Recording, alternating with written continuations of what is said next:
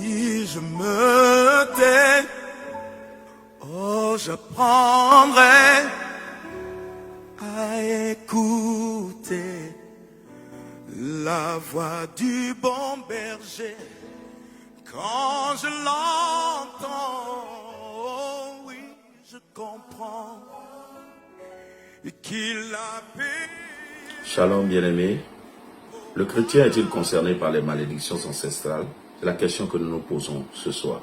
Quand nous regardons la parole de Dieu et que nous considérons le passage qui est très souvent utilisé pour le soutenir, nous remarquons dans Exode chapitre 20, le verset 4, que le Seigneur précise simplement qu'il est un Dieu jaloux qui punit l'iniquité des pères sur les fils jusqu'à la 3e, voire la 4e génération de ceux qui le haïssent.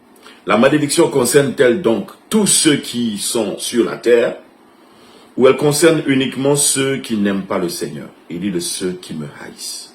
Alors les chrétiens ne sont pas concernés, parce que les chrétiens aiment le Seigneur. Le Seigneur dit, si vous m'aimez, gardez mes commandements.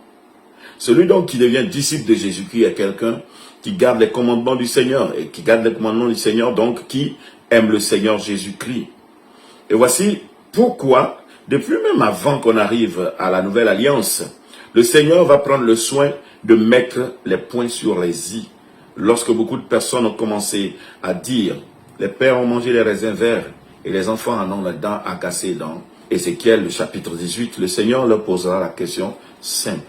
Pourquoi dites-vous ce proverbe en Israël? Alors, est-ce que le dire ainsi signifie que le Seigneur est d'avis avec ceux qui le disent? Non, pas du tout. Le Seigneur s'indigne de voir que des gens, au lieu de reconnaître leurs actions, sont en train de l'incriminer.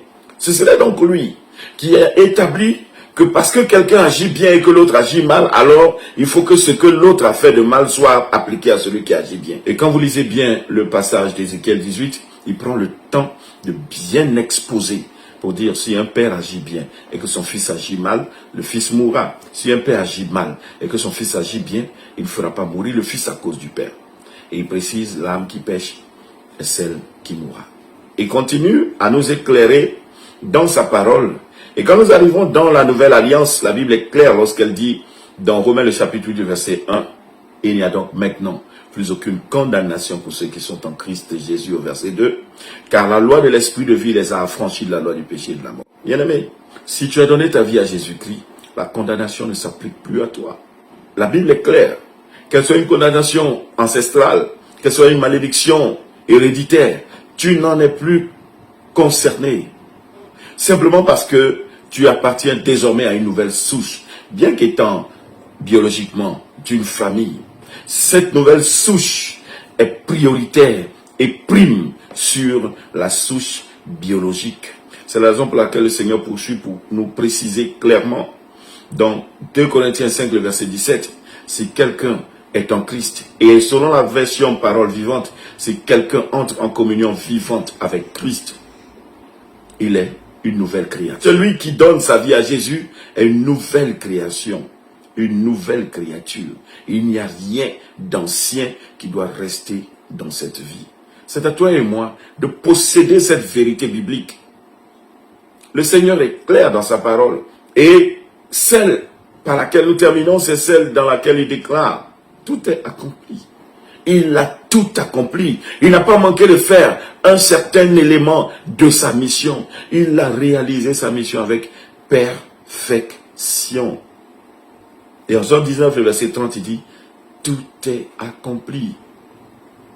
Pourquoi disons-nous qu'il y a des choses qui sont plus tenaces que le sacrifice de Jésus-Christ? Le Seigneur aura fait sa mission et il aura resté des choses qui puissent être plus tenaces pour que nous puissions aller à d'autres pratiques. Comprenez bien simplement que c'est parce que nous-mêmes, nous n'appliquons pas la parole de Dieu que la malédiction ancestrale continue de se manifester dans nos vies. Beaucoup de païens sont dans l'église et ce sont eux qui doivent se convertir pour arrêter de faire des délivrances interminables de malédiction ancestrale. La Bible n'a pas dit, si quelqu'un vient à l'église, il est une nouvelle créature. La Bible n'a pas dit, il n'y a plus de condamnation pour ceux qui viennent à l'église. La Bible dit, il n'y a plus de condamnation pour ceux qui sont en Christ Jésus. La Bible dit, si quelqu'un est en communion vivante avec Christ, il est une nouvelle créature. Comprenons que ce n'est pas de venir à l'église, mais d'être de véritables disciples du Seigneur Jésus-Christ. Deuxième chose, beaucoup de personnes sont converties véritablement, vivent leur vie chrétienne véritablement, mais se sont laissées affecter par cette pensée, au point que la malédiction ancestrale, ayant été acceptée par leur esprit, s'applique à leur vie. Job n'a-t-il pas dit dans le chapitre 3, verset 25, « Ce que je crains, c'est ce qui m'atteint, ce que je redoute, c'est ce qui m'arrive. » Si je crains la malédiction ancestrale, elle s'appliquera à moi. C'est à toi de revoir quel est ton état d'esprit. C'est à toi de revoir et de réajuster toutes choses pour que désormais la malédiction ancestrale soit un passé. Parce que le Seigneur l'a classée dans le passé de ta vie. Elle n'est plus parce que tu as été racheté à un si grand prix. Shalom.